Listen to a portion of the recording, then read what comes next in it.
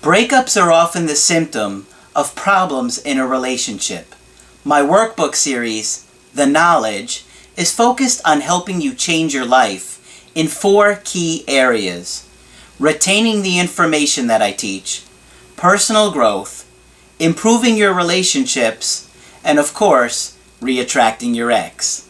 Available now at AskCraig.net.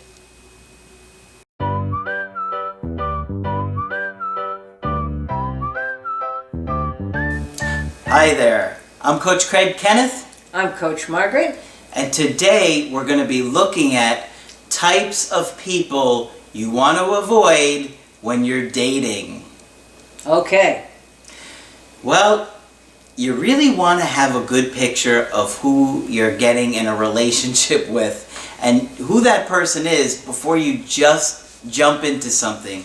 Because if you don't think about these things ahead of time, you're going to wind up choosing somebody that probably isn't going to be a good fit for you and going to wind up breaking your heart. You know, you don't want to spend all this time and energy investing into something or somebody that simply isn't going to be good for you in the long term. Right. And so the more you're aware of things ahead of time, the better off you're going to be when you're choosing somebody new. Of course, you want to consider these things when you're taking an ex back or looking back at an ex and thinking about whether they would be a good partner. So how many of these different examples do we have today? I think we have 4 or 5. Okay. And they are on a slightly lighter note than They some are. of the other ones we have presented to you in recent memory.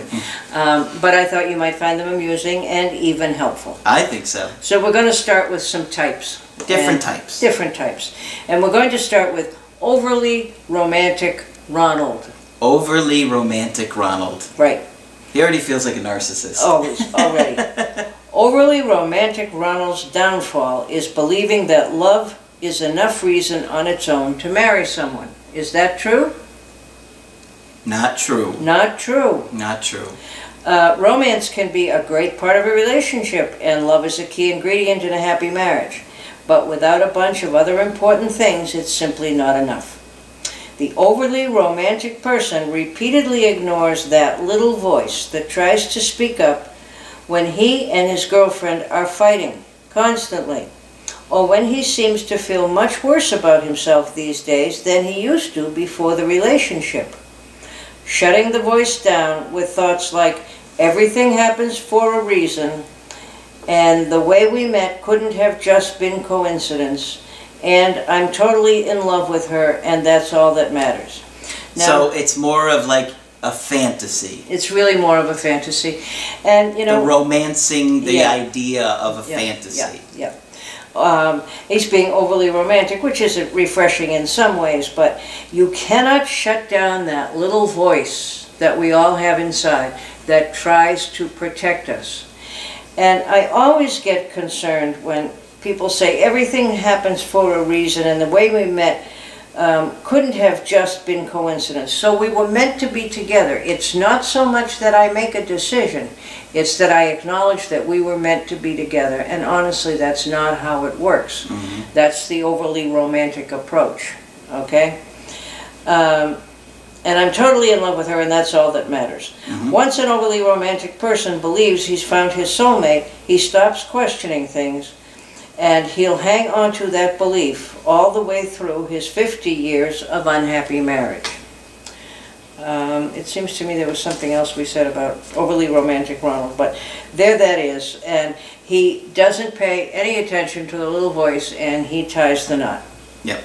Very sad for you. Mm-hmm. Next we come to fear-driven Frida. Fear-driven Frida. Yes. And I think I dated her. I think you did. I think you did. Fear-driven Frida is running, and there's a guy chasing her, and she's saying, "Somebody marry me." So she's afraid of being alone. Right. Fear is one of the worst possible decision makers when it comes to picking the right life partner. Unfortunately, the way society is set up, fear starts infecting all kinds of otherwise rational people, sometimes as early as their mid-20s. Yep. The types of fear our society and parents and friends inflict upon us. Fear of being the last single friend, fear of being an older parent, sometimes just fear of being judged and talked about, are the types that lead us to settle for a not-so-great partnership.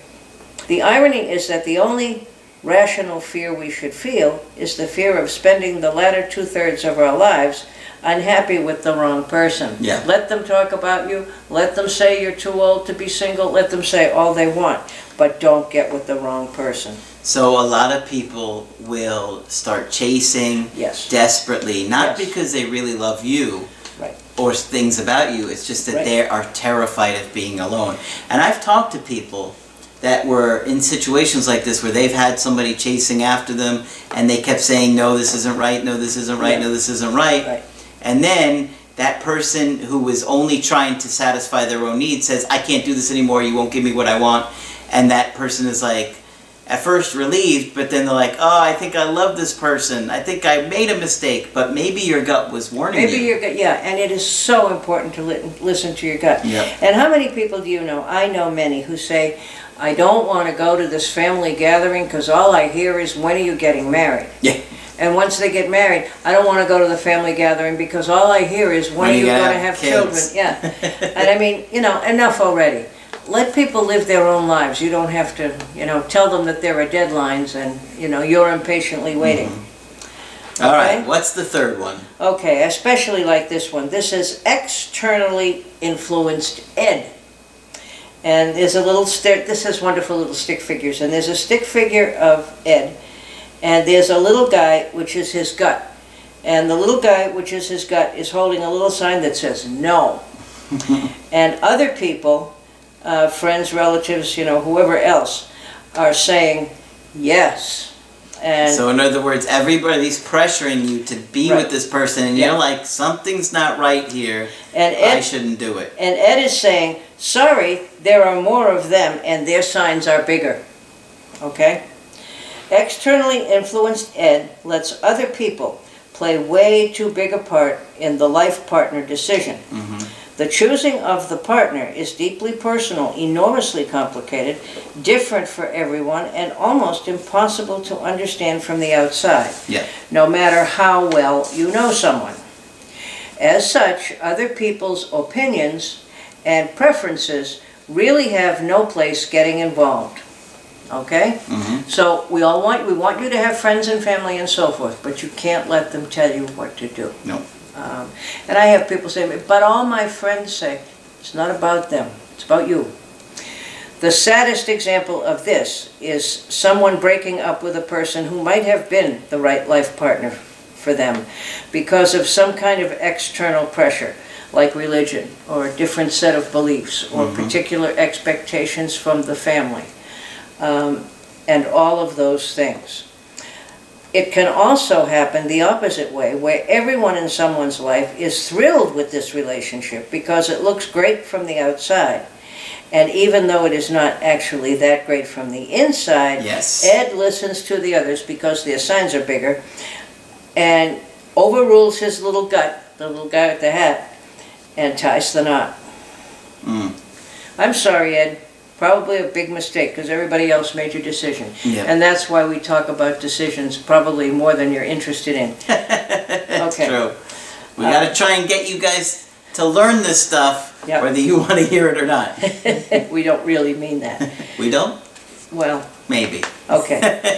We have two more. Next is Shallow Sharon. Shallow Sharon. Shallow I think I Sharon. did 100 of her. I think you did. Now here's Shallow Sharon. I don't know if I hold this up, can they see it? No, they won't be able to. Here's a guy, a little stick figure guy standing there, and there's Sharon standing there. And he says, I love you, and she says, I love the concept of you. Shallow Sharon is more concerned with the on-paper description of her life partner than the inner personality beneath it. There are a bunch of boxes that she needs to have checked. Things like his height, his job prestige, his wealth level, his accomplishments, or maybe a novelty item like being foreign or having an especially nice mustache. I mentioned him before. I mentioned the mustache In a before. different video, yeah. Yes. So that's Shallow Sharon. And what's going to happen to her?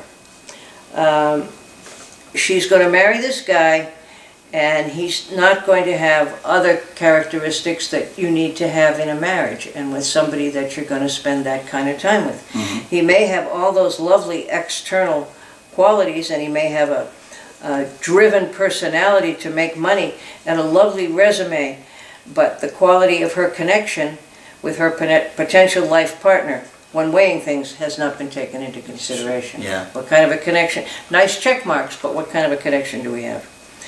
If you want a fun new term, a significant other whom you suspect was chosen more because of the boxes they checked than their personality underneath, is called a scantron boyfriend. Do you know? Do you know what that means? Scantron. What does that mean? Like a scantron is like when you're in school and you have to take the test and you go down the bubble sheet. Okay. And so you got to match it up. I didn't know what a scantron was, but I thought it was probably amusing and that Craig would know. Okay. One more. Okay, so she's not going to be happy with the guy with the check boxes. All right. This is Selfish Stanley. And he's on his knees, this little stick figure Stanley. He's on his knees and he's offering the girlfriend something. And he's saying, will you marry my needs? Okay? And they say there are 3 categories of needy guys. The my way or the highway guy, I think we all know him, right? Mm-hmm. He can't handle sacrifice or compromise. Mm-hmm. He believes that his needs and desires and opinions are simply more important than yours. And you need not to get in his way in any big decision. In the end, you really don't want a legitimate partnership. You want to continue living the single life with somebody to keep you company. Okay, so that's my way or the highway. Mm-hmm. He's the main character in the sense of the main character in the film. The main character's tragic flaw is being massively self-absorbed. He wants a life partner who serves as both his therapist and his biggest admirer, but is mostly uninterested in returning either favor. Wow. Each night, he and his partner discuss their day, but 90% of the discussion centers on his day. I bet you're not surprised to hear. After all, he's the main character of the relationship.